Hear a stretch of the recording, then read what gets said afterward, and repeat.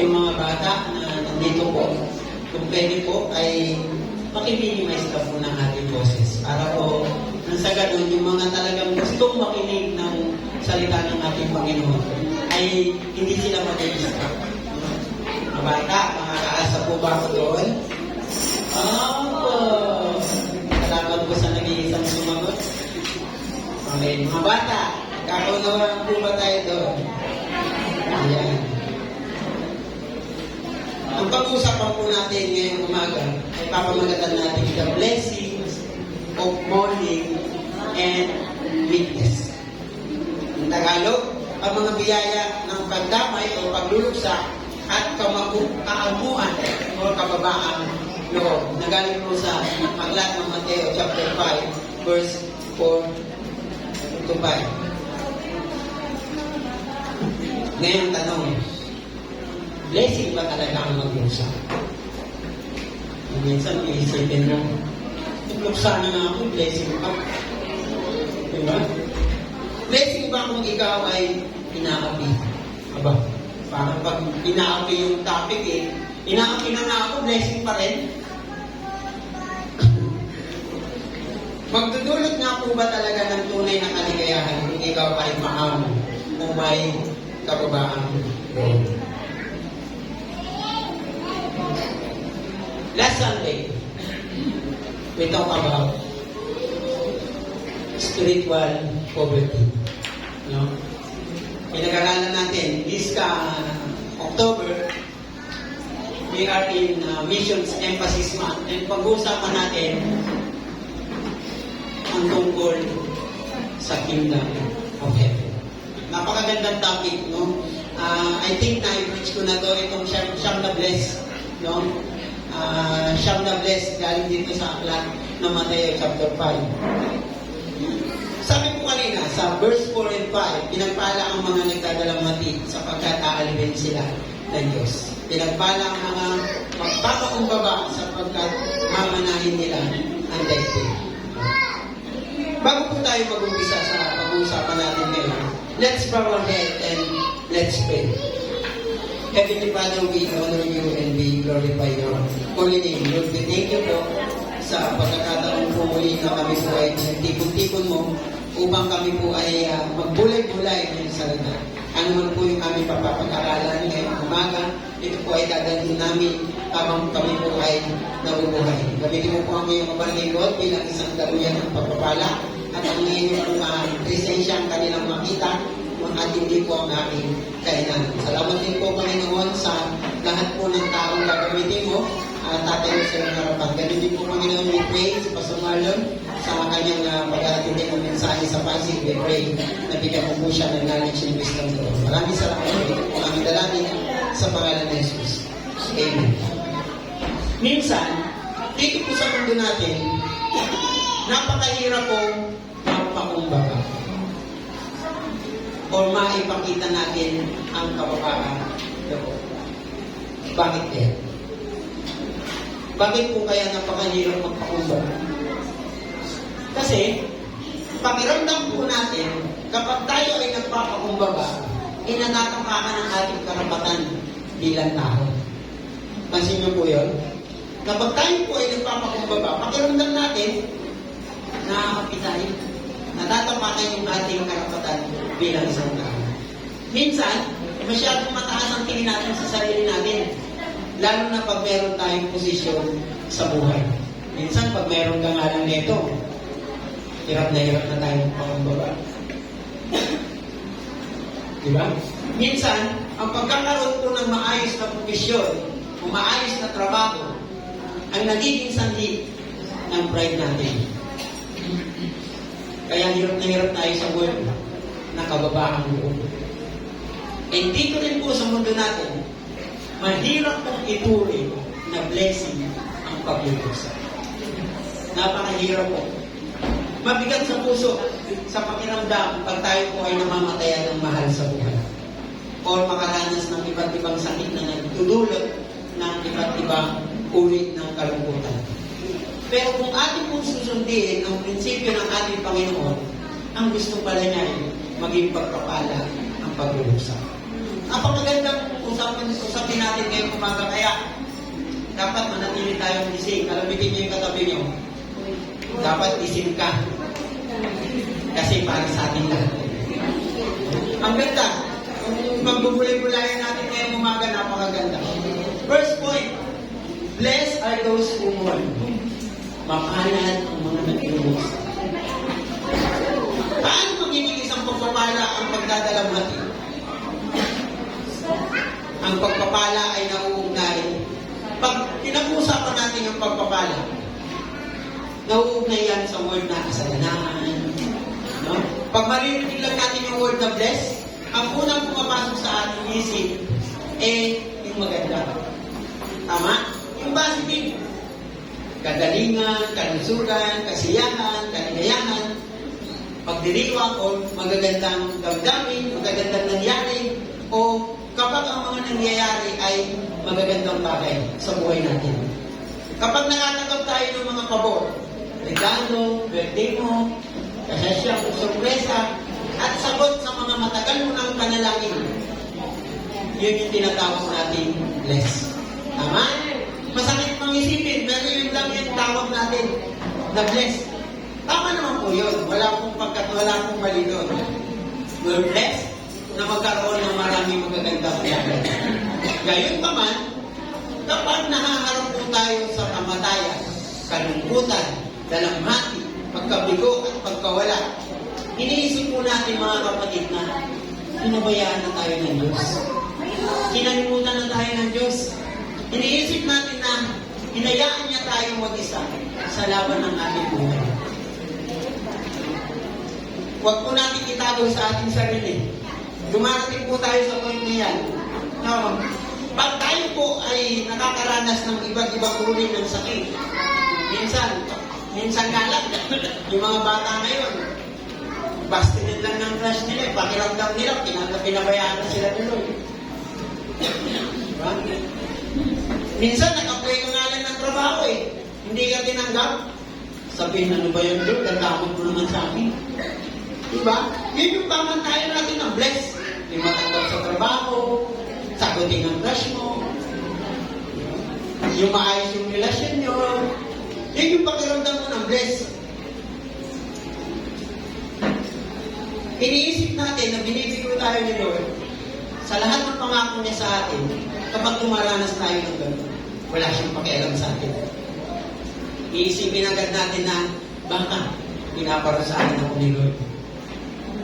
Pwede, may factor na pinaparusahan ka ni Lord. But in times of mourning, pakiramdam natin, hindi natin kasama si Lord. Aminin man natin sa inyo. Minsan, akala natin, hindi natin kasama si Lord. Sa ating pong pagluluksa, akala natin ay malayo po tayo dun sa word na bless. O hindi tayo kasama sa listahan ng pinagpala. Ang pagdadalamhati ay nangyayari dahil sa pagkawala, sakit, kalungkutan at pagluluksa. Ang pagpapala at pagluluksa ay tila po hindi dapat magkasama. Yan yung sabi. Dapat magkaiwalay. Kung ano man, pagpapala tapos pagluluksa. Hindi pwede magkasama. Ngunit si Jesus ay nagbigay ng mabuting balita na sa kaharian po ng langit, kahit na sa pagdadalamhati ay maaaring magkaroon ng pagpapala. Diba? Ang gandang pangako ng Diyos sa amin. Ang pangako ng Diyos na mayroong pagpapala sa pagdadalamhati. Sinabi ni Jesus, mapalad ang nagdadalamhati. Mula po sa Griego, sa salitang Pintay, ibig sabihin po niya, grieving and having sorrow of heart, usually giving room to tears. Ang pagluluksa ay tumutukoy sa isang malalim na pakiramdam ng kalungkutan na kadalasang nagmumula sa sakit ng paghihirap. Nangangulugan itong pagdadalamhati at pagkakaroon ng kalungkutan sa puso na kadalasan nakakaiyak. Nakakita ka ba ng yung ibang alam ko, pag may patay, may video okay. Minsan tatanungin ko, bakit kayo nagbibideo okay? Wala lang. Diba? Nakadalaman tayo ng kalungkutan sa mga bagay na dumudurog sa ating puso at nagdudulot ng sakit. Tulad po ng pagkamatay ng mahal natin sa buhay. Ako po, aminin ko po sa inyo, aminin ko po. Iba na po yung pananaw ko pag ako namamahay. Mula noong ako'y hindi pa nagsisiba dito. Hindi ko po may paliwanag kung paano ng iba. Pero dati po, kung namamatayan kami ng manos ako halos, alam mo, hindi ko kabulbul talaga ng todo Pero ngayon po, hindi ko na po iniiyak ng todo. Kasi hindi pa ng luha. Hindi ko po alam kung bakit, pero naniniwala ako na si Lord ang nagbago sa akin. Kasi naniniwala ako na pag tayo po ay nagluluksa, mayroon pagpapala. Tama? Hindi tayo hahayaan ni Lord na magluksa lang ng magluksa. Imagine mo, magluksa ka ng magluksa. Kunwari lang ha, namatay yung asawa mo. Magluksa ka ng magluksa. Aba, baka sumunod ka dyan. Tama? Kasi magkakasakit ka. Madedepress ka. Madistress ka. Ay, hindi na blessing yun.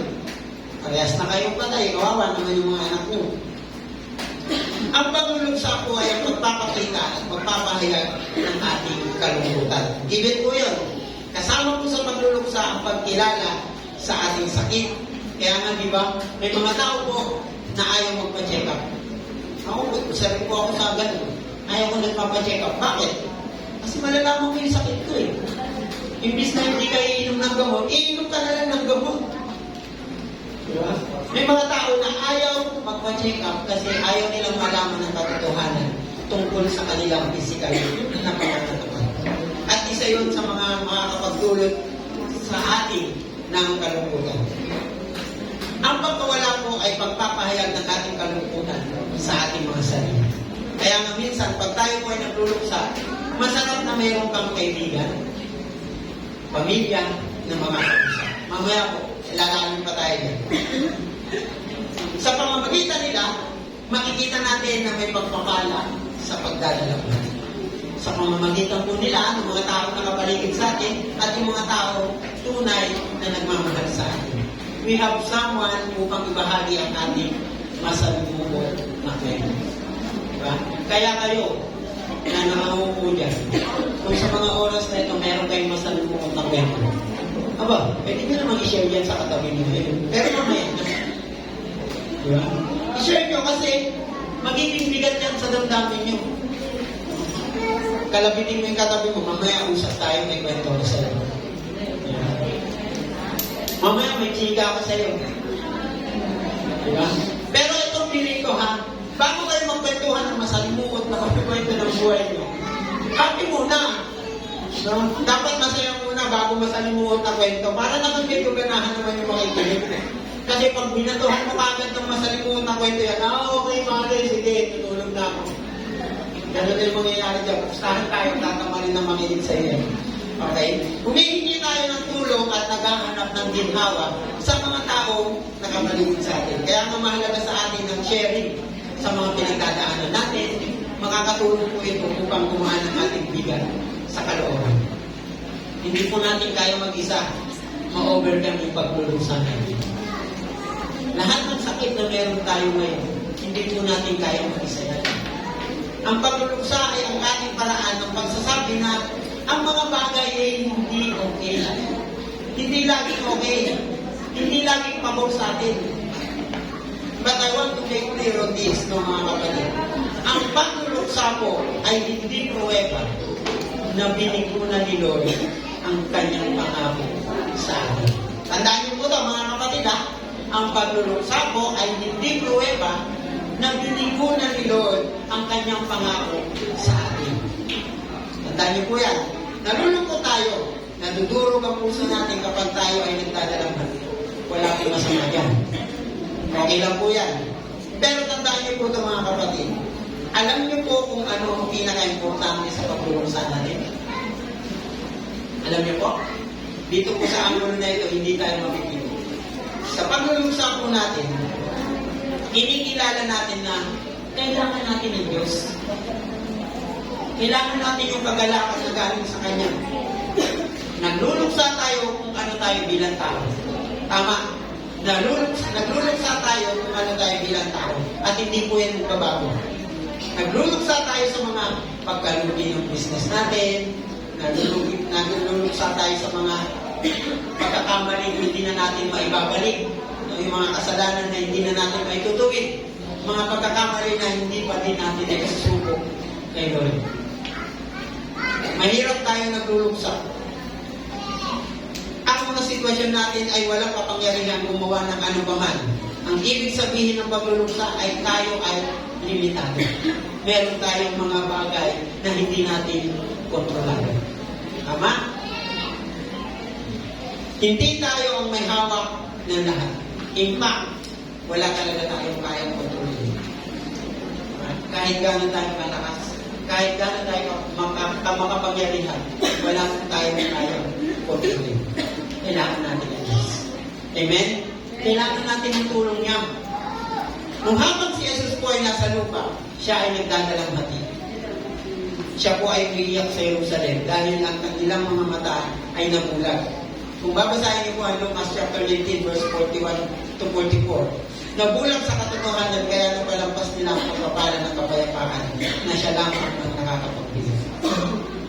Bulag yung mga taga-Jerusalem noon. Then, sa Juan, si Jesus ay umiyak sa pagkamatay ng kanyang kaibigan na si Lazarus. So, given yun. Kaya natin, nagdadalang mati tayo at nagluluksa tayo. But, tingnan niyo po sa Isaiah 53, verse 4 and 5. Particularly sa verse 4 and 5. Ang ating tagapagligtas, siya ay hinamak at itinakwil ng sangkatauhan. Isang taong nagdurusa at nakaranas ng sakit para sa atin. Basahin ko po. Tunay nang inalis niya ang ating mga kahinaan. Pinagaling niya ang ating mga karamdaman sapagkat nakala natin ito ay parusa ng Diyos sa Kanya. Verse 5, ngunit dahil sa ating mga kasalanan, kaya siya nasugatan. Siya ay binugbog dahil sa ating kasamaan. Tayo ay gumaling dahil sa pahirap na dinanas niya at sa mga hampas na kanyang tinanggap. Ang parusang nagdulot sa atin ng kapayapaan ay nasa Kanya. At sa pamamagitan ng kanyang mga sugat, tayo ay gumaling. Nakunawaan po ni Jesus ang pagdurusa. Ang ganyo po yan. Alam ni Lord kung paano magdurusa. Kaya nauunawaan niya. Yung pagdadalang hati, paghihirap at kabiguan. Alam po yan ni Lord. Alam ni Lord kung paano yung pakiramdam ng sakit. Yung hatawa-tawin ka nga lang habang buwan-buwan mo yung krus, posibleng hindi mo alam yung sakit nun. Kaya nga nasabi niya itong pangalawang topic natin. Blessed are those who mourn, for they will be comforted. In the kingdom of God, there is comfort for those who mourn. Mapalad ang mga nagdadalang hati sapagkat sila ay aalipin sa kaharian ng Diyos. May kaaliwan para sa mga nagdadalang hati. Paano maaaliw ang mga nagdadalang hati? Paano ba yan? Sa tingin niyo po? Minsan, iisipin mo, pwede ba yun? Maaaliw ang mga nagdadalang hati? Pag ikaw nagluluksa, no? Ang gagawin mo na lang, hayaan mo na lang siya muna magluksa. Sa tamang oras, maghihilom na yung sugat mo. Pero meron po dito 4 na bagay kung paano aalipin yung nagdadalang hati. Tandaan niyo po ito, mga kapatid. Una, God Himself will give comfort. Sa 2 Corinto chapter 1 verse 3 to 4. Ito ang isang patunay na pagpapala ang paglulusa. Kasi alam natin na ang Diyos mismo ang magbibigay ng comfort o ng kaaliwan. Sabi yan, purihin natin ang Diyos at Ama ng ating Panginoong Jesucristo, ang Ama ng kahabagan at Diyos na pinagmulan ng lahat ng kaaliwan. Inaaliw niya kami sa aming mga kapilatian upang sa pamamagitan ng kaaliwang tinanggap natin sa Kanya ay maaliw naman namin ang mga nahahas. Ang ating Diyos po ay ang Diyos ng lahat ng kaaliwang. Amen? Siya ang ating taga-aliw na siyang pinagmumulan ng kaaliwan. Ang banal na Espiritu ang ating tagapagtanggol, ang ating katulong, ang ating kasama at kaagapay sa buhay. Lahat ng pinagdadaanan natin, sino yung kasama natin? Yes, nandiyan yung pamilya mo na pwedeng kaagapay mo. But huwag po natin kalilimutan na siya mismo ang nagbibigay ng kaaliwan sa atin. Pag kayo nag-away ng mag-asawa, hindi si Mare o si Pare ang pwede mong takbuhan, kundi si Lord. Kasi si Mare, si Pare, pwede lang yan sumausaw. Makalala pa. Pero si Lord, i-comfort ka niya. Hihipuin pa ang puso ng asawa mo na baka sakaling magtubago. Alam niyo po, wala pong perfect na relasyon. Tandaan niyo po yun. Kaya sa bawat circumstances na pwedeng makapagpasira ng inyong relasyon, lagi niyo tandaan, nandiyan si Lord na pwedeng magpagbigay sa atin ng comfort. Okay? Pangalawa, God's words brings comfort. Ano nga ba yung God's word? Mga bata, ano yung God's word? Wow, ang galing ng Saturday schooler namin. No? Ang salita ng Diyos ay nagdudulot ng kaaliwan kapag tayo ay nabuhukay ng mas malalim sa salita ng Diyos. Makakatagpo tayo ng karunungan, mga pangako at kaginhawaan at kaaliwan. Napakagandang pangako ang iniiwan sa atin ng banal na aklat. At kung babasahin po natin ang buong aklat ng Bible, kung ikaw ay may pinagdadaanan ngayon, after mo basahin yan, sa maniwala ka sa iyo, gagaan ang pinagdadaanan. The Bible itself is the greatest encouraging book. Wala ka nang ibang mababasang encouraging book na hihigit pa sa Bible. Amen? Amen. So, kaya palakpakan niyo ang Diyos kasi pinadala niya tayo ng Bible. Kasi alam ni Lord na pwede tayong dumanas ng mga paghihirap, pagluluksa, pagdadalang mati. So, sabi niya, ayan ang Bible. To give you comfort. Okay? Tatlo, God comfort those who mourn through His family. Ito na yung sinasabi ko kanina. Inaaliw ng Diyos ang mga nagdadalang mati sa pamamagitan ng kanyang pamilya. Alam ng Diyos na lahat tayo ay dumaranas ng iba't ibang sandali ng kalungkutan. Kaya nga, dinisenyo niya ang ating pamilya upang magbigay ng aliw sa mga nagdadalang mati. Pag broken-hearted ka, pamilya mo lang ang makakaintindi sa'yo. Pag nalugi ka sa negosyo, pamilya mo lang ang unang makakaintindi sa'yo kung bakit ka nalugi. Balibaligtarin mo man ang mundo, magalit ka man sa tatay mo ngayon, kinabukasan, pamilya mo pa rin ang tutulong sa'yo. Kaya kahit gaano ka pa kapasaway na bata, tatay at nanay, pamilya mo pa rin ang unang tutulong sa'yo. Ganyan ginawa ng Diyos ang pamilya natin. Magalak kasama ng mga nagsasaya, magdadalang mati kasama ng mga nagdadalang mati. Sabi nila, huwag ka na daw makisama sa toxic kasi magiging toxic ka rin. Huwag ka na makisama sa nagdadalang mati kasi magdadalang mati ka din. Ngayon, alam ko na kung bakit gustong-gusto ni Ate Dudong kasama yung mga tao masasaya. Kasi gusto niya lang tumawa ng tumawa din, no? Kaya, doon tayo sa taong masaya. Doon tayo sa taong masasayahin ka, hindi maiiyakin ka. Tama? Pangapat, God comfort us with the hope of eternal comfort in His eternal kingdom. Inaaliw tayo ng Diyos ng pag-asa na walang hanggang kaliwan sa Kanyang walang hanggang kaharian. Ang daigdig po na ito ay magiging isang pagaling na lugar para sa mga taong nagnanais ng tunay na sumusunod at susunod sa Diyos. Bakit po sinabing gano'n? Nandito po tayo sa mundo na punong-puno ng kasalanan. Sabi nga kanina sa devotion, dito sa mundo, maraming naninirahan ng tao na pwedeng makasira sa iyo. Sa John chapter 16 verse 33, sinabi niya, sinasabi ko ito sa inyo, upang sa inyong pagkikipag-isa sa akin ay magkakaroon kayo ng kapayapaan, magdaranas kayo ng kapigatihan sa sanlibutan ito, ngunit tibayan ninyo ang inyong loob na pagtagumpayan ko na ang sanlibutan. Pinanghahawakan po natin ang pag-asa na balang araw, mararanasan po natin ang sukdulang kaaliwan sa atin na walang hanggang tahanan sa piling ng ating mapagmahal na anak, ang ating Diyos na buhay na lumikha sa atin.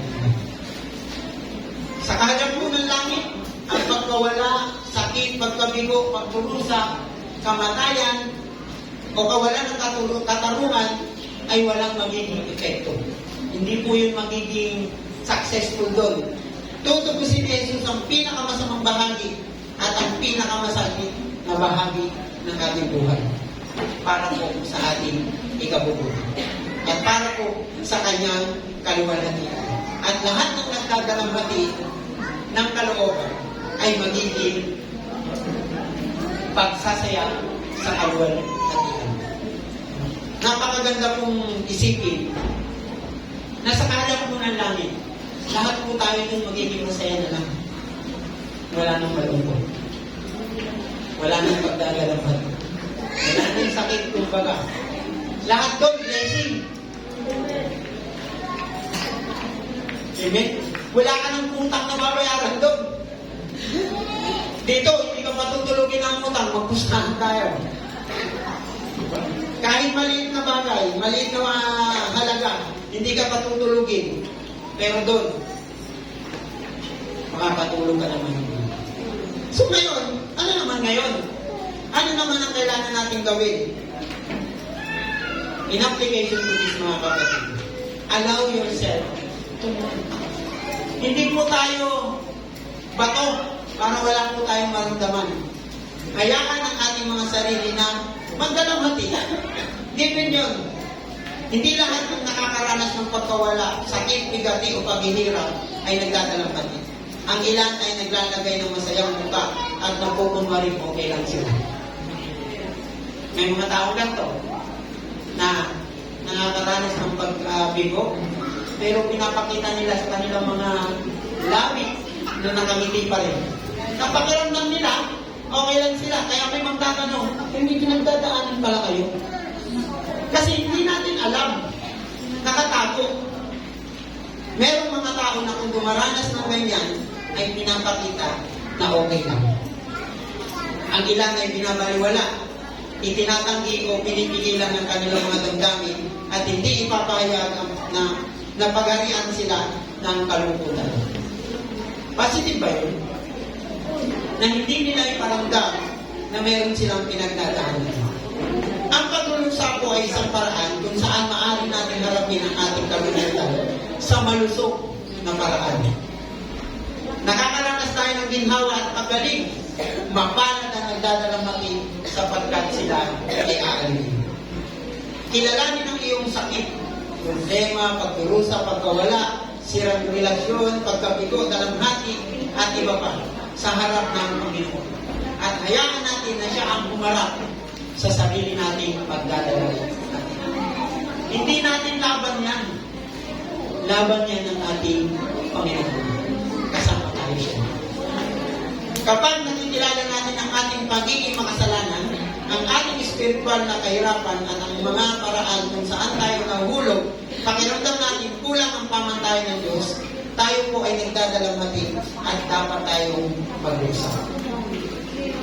Kapag nakita natin ang kaguluhan, pagdurusa, yung mga bad side na nangyayari sa atin, hayaan natin ang ating mga sarili na magdalamhati.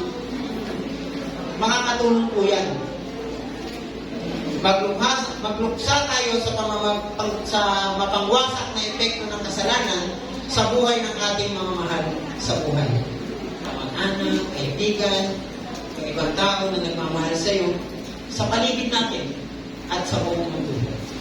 Bibigyan tayo ng Diyos ng biyaya na maging totoo sa harap ng Diyos at sa isa't isa. Huwag po natin itago ang sakit. Kasi, pag tinago po natin ang sakit, pag sumabog yan, hindi natin kakayanin. Magpapatong-patong ito. Naway hayaan natin ang ating mga sarili at ang isa't isa na magdalamhati ng walang takot sa paghatol o sa mga bagay na hindi natin nauunawaan. Minsan po, yung mga nangyayari sa ating sakit, hirap, pagdurusa, hindi natin yan naiintindihan kung bakit kailangan natin gandanasin yan. Minsan, questionin natin si Lord. Lord, bakit ako? Dami-dami namang ibang tao dyan. Aba, ang dami na pala ibang tao. Bakit ako? Lord, matagal na akong Kristiyano eh.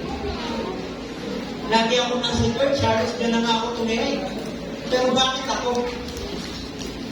Pinakayaan po ni Lord na danasin natin yan para po sa ating sariling ikabubuti. Tayo po ang mag-benefit niyan, hindi yung ibang tao. Kaya hayaan po natin tayo ay dumanas ng mga ganyan. Okay, number 2, let's allow God to comfort us through His presence, through His word, and through His family. Hayaan natin ang Diyos na alumin tayo sa pamamagitan ng Kanyang presensya, sa pamamagitan ng Kanyang salita, at sa pamamagitan ng ating pamilya. At habang tinatanggap natin ang kaaliwan ng Diyos na lubos nating kailangan, lalo na sa lahat ng pinagdadaanan natin, diyan yung tayo na kailangan natin tanggapin, na kailangan natin si Lord. Hindi natin kayang mag-isa. Hindi tayo robot. Ang robot nga, nagpapahinga, nag-overheat. Tayo pa kaya tayo. So, let's allow God to comfort us kasama ang kanyang banal na presensya. Let's be willing to be God's channels of comfort for those who are mourn. Maging handa tayong maging daluyan ng kaaliwan ng Diyos para sa mga nagdadalaman. Open ba tayo doon, mga kapatid? Tanggapin yung pagdadalamhati ng nila. Or, drama ka na naman.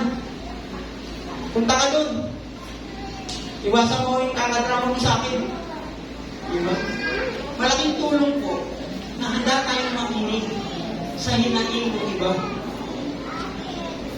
Malay mo, may mapulot silang aral dun sa pinagdaanan mo. Maaaring gamitin ng Diyos ang ating mga panahon ng pagluluksa upang hinanda tayo, upang paglikuran at pagpalain ang mga nagdadalang agita. Masarap pong mag-advise dun sa mga taong nagdadalang agita. Kung yung pinagdaanan nila, pinagdaanan mo na din.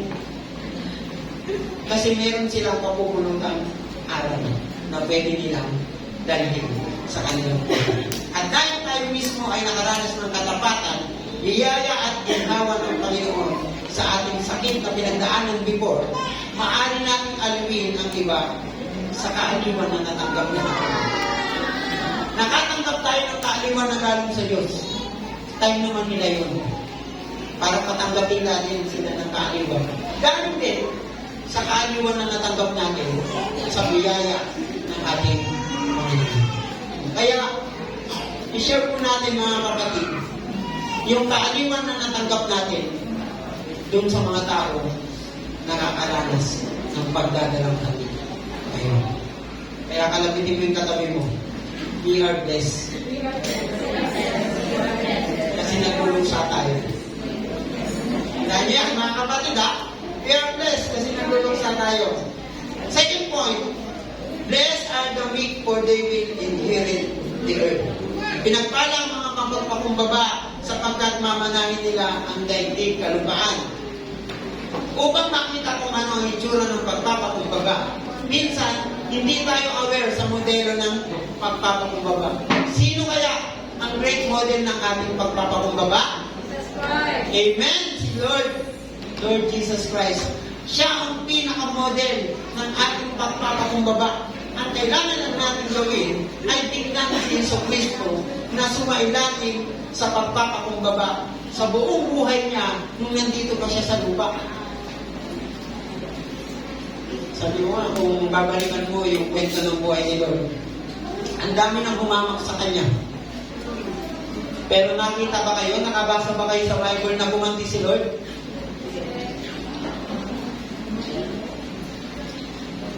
Sinabi ko sa Isaiah chapter 53 verse 7, siya ay binugbog at pinahirapan, ngunit hindi kumibo kahit isang salita. Tulad na itupang nakatakdang patayin, parang kordero hindi tumututol kahit nakumitan, at hindi umimik kahit kaunti mo. Parang hindi ko yata kaya yun. Di ba? Tayo mga tao, Pag inaaway tayo, ang gusto natin gumante. Hindi ako papayag, hindi ako makaganti. Binato niya yung bahay ko, babatuin ko rin yung bahay niya. Wala na yung pagpapakumbaba. Nang binato nila ang kanilang mga pag-iinsulto sa kanya, hindi po siya gumanti. Kapag siya ay nagdurusa, ginawa niya ito ng walang pagbabanta. Sa halip, pinagkatiwala niya ang kanyang sarili sa tao lumahatol ng makatarungan, ang Diyos. Sa lahat ng humahamak sa atin, hayaan niyo na si Lord yung magtrabaho yan. Huwag lang natin. Sabi nga, may tao akong kakilala na hindi gumaganti. Kasi nakiramdam daw niya, pag gumanti siya, mas lalo siyang makasalanan. Yung sa taong gumawa sa kanya. Napakagandang pangako ko or model ni Lord ng pagpapakumbaba. Kaya kung hindi po natin kayang magpakumbaba, magbasa po tayo ng Biblia para malaman natin kung sino talaga yung model ng pagpapakumbaba. Sa mga kaharian ng mundo, ang mga tao ay gumagamit ng kapangyarihan, lakas, kontrol, pagmamanipula, at maging ng pwersa upang makuha ang kanilang paraan. Hindi ganoon sa kaharian po ng Diyos. Sa kaharian po ng Diyos, lahat tayo pantay-pantay. Walang mayaman, walang mahirap. Bakit kaya ginawa ng Diyos na pantay-pantay? Tingin niyo po. Sabi mo nga, bakit kaya dapat yung mayaman dito sa lupa, mayaman dito? Ano kaya sa tingin niyo kung bakit wala? Kung bakit lahat tayo doon pantay-pantay? Kasi pagdating doon, kung meron nakakaangat, merong manlalait. Tama? Kung meron kung merong mataas doon, merong mamataas. Hindi po yun maaalis. Dito po sa lupa, kaya merong na nagmamataas. Kasi meron silang awak na dahilan bakit sila nagmamataas. Try mong alisin yung pinangahawakan nila.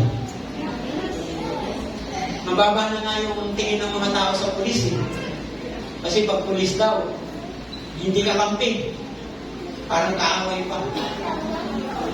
Kaya, kasi, meron silang rights Meron silang posisyon. Meron silang karapatan. Pero, kung sasaliksikin natin ang buhay ng mga pulis, meron naman mapapagkatiwala ang mga pulis. Ano pong ibig kong sabihin? Kaya ginawa ng Diyos na tayo doon ay pantay-pantay. Para lahat tayo mapapakulahan. Kaya dapat, dito pa lang sa lupa, tinuturuan na natin yung ating mga sarili. Tinuturuan talaga yung mga sarili. Na magpakumbaba. Hindi pangil ang igaganti sa pangil. Tama? Hayaan yung kagating kayo makagating ng pangil nila. Magsasawa din yan. The word sees meekness as weakness. Nakikita ng mundo ang kamuan bilang kahinaan. Pakiramdam nila, pag mapagpakumbaba ka, mahina ka. Sabi ko ng tatay ko nung nakikipag-away pa kami mga magkakapatid. Pag nakikipag-away kami sa labas. Ako lang kami. Ang tunay daw na pagiging matapang, ito ay ang pag-iwas sa away. Hindi ka duwag kung ikaw ay iiwas sa away. Hindi ako umiwas. Aawayin ko din, ginaway ako Diba? Pero, kung sasaliksikin natin, tama pala yung tatay ko. Ang pwede mong panghawakan na tapang ay yung iwas at yung pagpapakumbaba. Ang kamuhan ng Biblia ay hindi kahinaan, kundi tumutukoy sa paggamit ng lakas ng Diyos sa ilalim ng kanyang pangangalaga o pangangasiwa. Tandaan niyo yun, mga kapatid, ang kamuhan ng Biblia ay hindi kahinaan, kundi tumutukoy sa paggamit ng lakas ng Diyos sa ilalim ng kanyang pangangalaga o pangangasiwa. Doon, sa bagay na yon, ay hinahayaan natin na si Lord na yung bahala. pagpapakita ng kanyang kapangyarihan ng walang labis na kalungkutan. Alam niyo po si Lord, pag nagdisiplina, disiplinang merong pag-ibig. Bakit? Kasi love talaga yung tinuturo niya sa atin. Kaya nga mahalin mo ang iyong kaaway. Mahalin mo ang iyong imamatina. Mahalin mo ang iyong Diyos na higit pa sa iyong sarili. Buong puso at isip at kaluluwa. Isipin ang isang kabayo na sinanay na sumunod ng tagapagsanay. Yung may-ari o yung sakay nito. Ang kabayo na ito ay nananatiling isang malakas na hayop. Gayunpaman, ang lakas nito ay nakontrol para makatrabaho nito ang sakay o yung may-ari nito. Ang maamong tao ay tulad ng sinanay na kabayo nito. Mayroon pa silang lakas at kapangyarihan, ngunit ang kanilang lakas ay nasa ilalim ng kalooban ng Diyos at presensya ng Diyos. Tayo po mga maamong tao, kung tayo po ay nagpapakumbaba, tayo maamong tao, tayo po ay hinahalin tulad sa isang kabayo na nahulma kung naturuan ng maayos ang kanyang mentor. At tayo po bilang isang tao, ang mentor po natin ay si Lord. Ang maamong tao ay hindi sumusubok na kontrolin, kung manipulahin, ipilit, itulak, o pilitin ng mga tao na makuha ang gusto. Hindi pwedeng pag gusto mo ng cellphone, gusto mo na ng cellphone. Hindi pwedeng gusto mo nang galitin yung kapwa mo, gagalitin mo na. Kasi tayo ay control ng Diyos. Pinipili natin ang kainahunan sa halip na kalugitan. Hindi natin nakikita ang pangangailangan ipaglaban ang kanilang sarili at ipaglaban sa iba ang sa tingin nila ay nararapat na pagkaari nila. Alam niyo po yung number one question pag kumuha ka ng lisensya? Ay, sa seminar po, ang number one opinion doon, huwag ipaglaban ang karapatan. Sabi ko, kahit tama ako, huwag ipaglaban ang karapatan. Pero kung susumali, at kung titingnan talaga natin, totoo pala. Alam niyo po kung bakit? Pag pinaglaban mo yung karapatan mo, ipaglalaban din yung karapatan niya, ipaglalaban din ng isang kabila yung karapatan niya, magkakagulo kayo. Kaya nga may away sa kalsada eh. Kasi parehas sila ipinaglalaban yung karapatan. Diba? Kaya isipin ko, kung ano, tama pala na huwag na natin ipaglaban yung sarili nating karapatan. Meron nga akong nilalim. Sabi niya, pinaglalaban ko lang yung opinion ko. Okay, pinaglalaban mo eh. Diba? Mahirap salunatin yun. Kasi pinaglalaban niya lang yung opinion niya. Ibig sabihin, pinaglalaban niya lang yung karapatan niya, yung alam niyang tama. Ang paglalaban po ng karapatan natin ay patunay po na hindi natin kailangan si Lord. Patunay po na wala sa atin ang presensya ng ating Panginoon. Kaya nagagawa nilang pusang isuko kung ano ang sa kanila at ibigay ang kanilang karapatan para sa ikabubuti ng iba. Mayroon silang ugali na katulad ni Jesus na nagpapakumbaba hanggang kamatayan sa krus. Diba? Habang nakapako siya sa krus, nagalit ba siya dun sa nagpapako sa kanya? Nagalit ba siya dun sa tumusok sa kanya? Nagalit ba siya dun sa nagpatong ng koronang tinik? Diba hindi? Kababaang loob. At yan po ang ugali na gustong ipamana ng Diyos sa atin. Gayunpaman, kapag naharap tayo sa kamatayan, kalungkutan, kalambuti, pagkabigo at pagkawala, iniisip natin na pinabayaan o pinalimutan tayo ng Diyos, wala siyang pakialam sa atin, baka pinaparusahan niya tayo sa ating pag-iyak, pagluluksa, akala natin ay malayo tayo sa pinagpala. Okay. Ang pagdadalamhati ay nangyayari dahil sa pagkawala, sakit, kalungkutan, at pag-urusa. Tandaan niyo po yan. Number 2. The blessing of the meek, they will inherit the earth. Ang pagpapala ng pagpapakumbaba, mamanahin nila ang daigdig. Sinabi po ni Jesus, mapalad ang maamo sapagkat mamanahin nila ang daigdig. Sabi po ni Dr. Martin Lloyd Jones, the meek already inherit the earth in this life in this way. A man who is truly meek is a man who is always satisfied. He is a man who is already content. Sabi ko, ang lalim naman ng English na ito. Sa Tagalog po, isa lang pong gusto kong iwang word dito. Dapat marunong tayo mag-content. Diba? Sinabi niya, who is always satisfied. He is a man who is already content. Ang taong tunay na maamo ay isang taong lagi content. Siya ay isang taong kontento na gaya ng sinabi ng Apostol Pablo na mabuti, malungkot, gayon may laging nagagala. Dukha, gayon may nagpapayaman sa marami. Walang-wala, gayon may nagtataglay ng lahat ng bagay.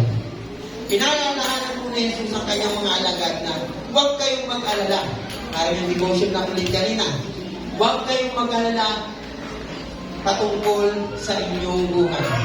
Ngunit hanapin muna ang karya ng Diyos at ang kanyang katwiran at ang lahat ng bagay na ito ay idaragdag sa inyo. Kung pakiramdam natin ay walang-wala tayo, huwag po tayong mag-alala. Ang maamo ay magmamana ng lupa dahil sila ay nabubuhay at nagtatamasan ng masaganang buhay dahil po kay Jesucristo na ating Diyos na Diyos. Lahat na meron tayo ay galing sa Kanya. Amen. Kailangan lang natin maging maamo. Mapalad ang maamo sapagkat sila ang magmamana ng daigdig.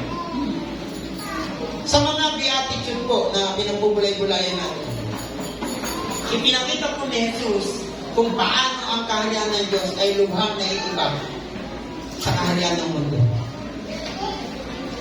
Sa kaharian ng mundo, mayroong galit, mayroong pagganti, mayroong away, mayroong gulong,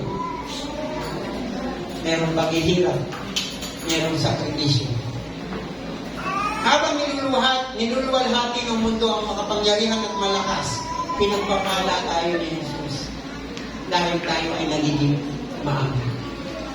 Ang kultura po ng kaharian ng Diyos ay sumasalungat sa makamundong kultura.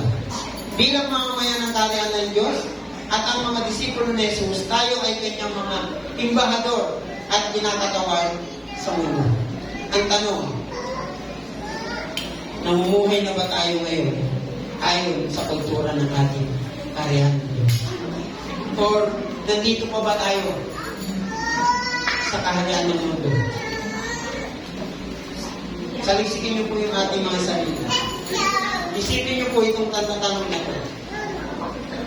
Namumuhay na ba tayo sa kultura ng kaharian ng langit? O nandito pa rin po tayo sa kultura ng kaharian ng mundo? Church, kailan natin huling pinagpakumbaba yung ating mga sarili?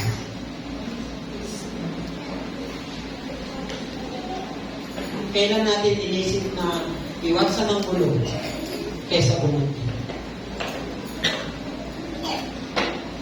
Minsan, nagiging burden sa atin yung pagpapakumbaba. Nahihirapan tayo tanggapin na kailangan natin magpakumbaba.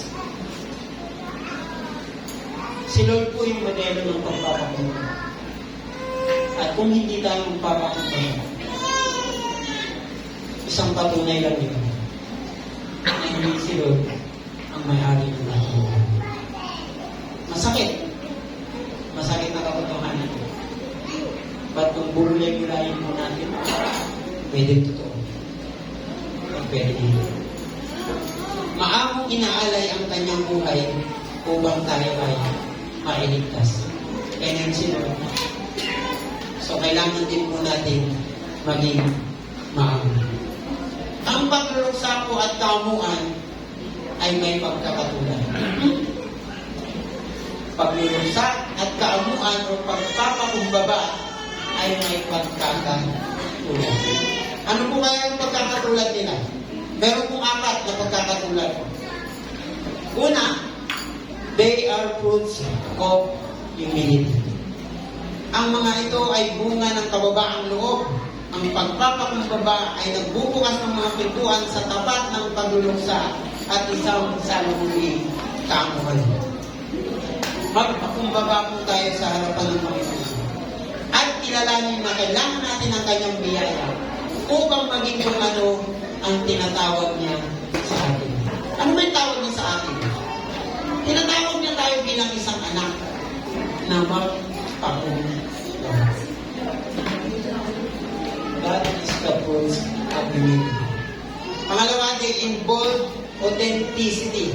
Ang mga ito ay nasasangkot ng pagiging tunay na pagluluksa ay tumatawag sa atin na maging tapat sa ating mga dalampatan. At ang kamuan ay nangangailangan ng katapatan sa harap ng Diyos at ng iba. Pangatlo po, they come from hearts that are set on eternity. Nagmumulang mga ito sa mga pusong nakatuon sa kawalang hanggan. Ang mga pagpapala at gantimpala ng pagluluksa ay kaamuan ay lubos na tatamasain ng walang hanggan. Kaya ating tandaan ng ating Panginoon sa mundo ay ang ating tandaan na ang ating panahon sa mundo ito ay pansamantala. Hindi po tayo mamamalagi dito sa mundo. Ilagay po natin ang ating buhay sa karya ng Diyos na tatagal magpakailan. Kaya yung galit na nararamdaman natin dito, huwag natin panatilihin mamalagi sa ating mga puso. Kung meron man kayong galit sa isang tao, isuko nyo kayo at hayaan nyo po siyang hibuin yung tao na yun. Pangapat, they require complete dependence on the Lord. Nangangailangan sila ng lubos na pag-asa sa Panginoon na hindi tayo maaaring maging katulad ni Kristo habang nabubuhay sa langit. Ano po ibig kong sabihin? Kung pinapangarap po natin maging tulad ni Lord, hindi po tayo magiging katulad niya habang tayo po ay nabubuhay sa gawain mahal. Kailangan natin ang pagpapanit at empowerment ng banal na Espiritu at tuluyang pagbabago. Hindi po natin pwedeng hilingin kay Lord na baguhin tayo ni Lord habang nag-i-enjoy tayo sa kasamaan o sa tawag ng laman at sa kasalanan. Hindi po pwedeng ganun. Kaya hilingin po natin sa Diyos na puspusin tayo ng kanyang banal na Espiritu at bigyan po tayo ng kapangyarihan habang hinahangad ng gumawa ng mabuti kagaya ng mga disipulo ng ating Panginoon. Maging imbahadero po tayo, nagpapagatid ng kanyang mabuting balita na nangangahulugan na kailangan natin ang ating Panginoon. Ang paglabas natin sa mundo, alalahanin natin ang salita ng ating Panginoon. Ano po yung salita ng ating Panginoon na pwede natin tingnan? Sa Mateo chapter 10 verse 16, sabi niya dyan, tingnan ninyo, isusuko ko kayo na parang mga tupa sa gitna ng mga asong gubat, kaya't maging matalino kayong gaya ng ahas at maamo na gaya ng kalapag. Church, blessed are those who mourn because they will be comforted. Mga kapatid, God Himself will give us comfort. Kasama ang banal na salita, ang Biblia na ating binabasa. Ang ating pamilya na isang basihan ng ating kaaliwan at ang pag-asa patungo sa kaharian ng langit. Mga kapatid, walang pumalik sa pagluluksa, sa mga hirap, sa sakit. Pero ang tanong, paano ba natin tinatanggap ang pagluluksa na ito? Ituring po natin na isa itong pagpapala.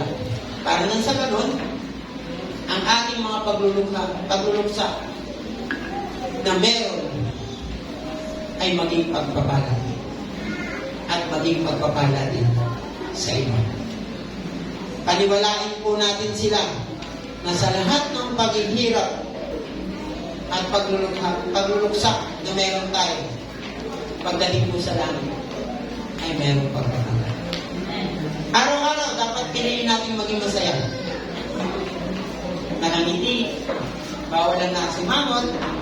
Araw-araw, dapat piliin natin ang kaligayahan na galing sa kanya. Kahit hanggang doon, sa hindi po natin lubusang maintindihan yung mga nangyayari sa buhay natin. Mga kapatid, yung grasya po ng ating Panginoon ay isang bagay po na hindi natin maintindihan. Gaya po ng bilin niya na magpakumbaba tayo at may pagpapala sa pag-ulos. I want to end on this quote saying, I find joy in every day, not because life is always good, but because God is always